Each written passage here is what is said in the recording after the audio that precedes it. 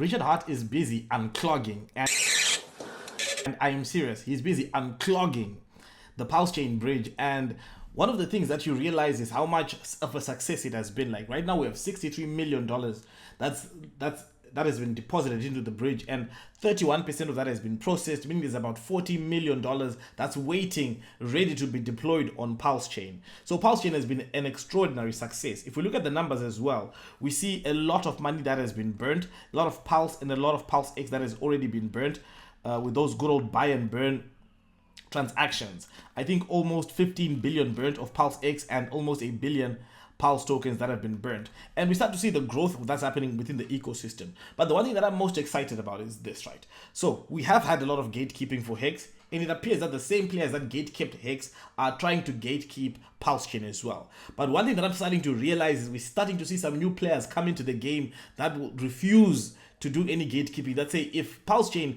has users, if Pulse Chain is a big community, we are going to recognize that. We see Ivan on Tech deploying his tools, his Block Explorer for Pulse Chain. We see Crypto Banter, they launched their own CoinMarketCap, CoinGecko competitor, bringing that. We see PLSburn.com. We see Hexicans building stuff, amazing stuff. So the success keeps on coming. And I think that despite the gatekeeping, despite all the haters, Pulse Chain is going to be win at the end. And that's what I'm starting to see. I mean, if you look at the fundamentals, right? Look at, we've got over 100 people who make content for Pulse Chain exclusively.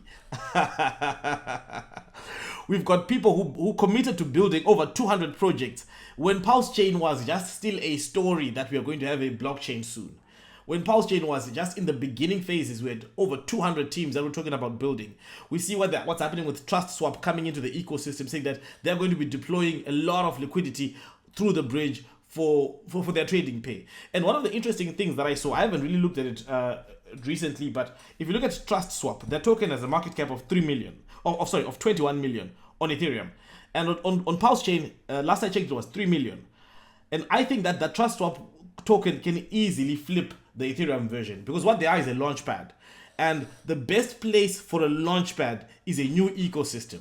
Ethereum doesn't need a launchpad anymore, because you already have Uniswap there, you already have decentralized leverage trading with GMX, you already have games, you already have NFTs, you already have all of that stuff. So if you're incubating projects, which projects are you going to incubate? And now we've got our own, as Ivan on Tech calls it, sandbox that is new, that needs to incubate all those projects. So for all those that are building launchpads and that are not on Pulse Chain, you are definitely doing something wrong. Anyway, guys, thank you guys for watching, and I will see you again next time. Not financial advice. I've got to go and attend.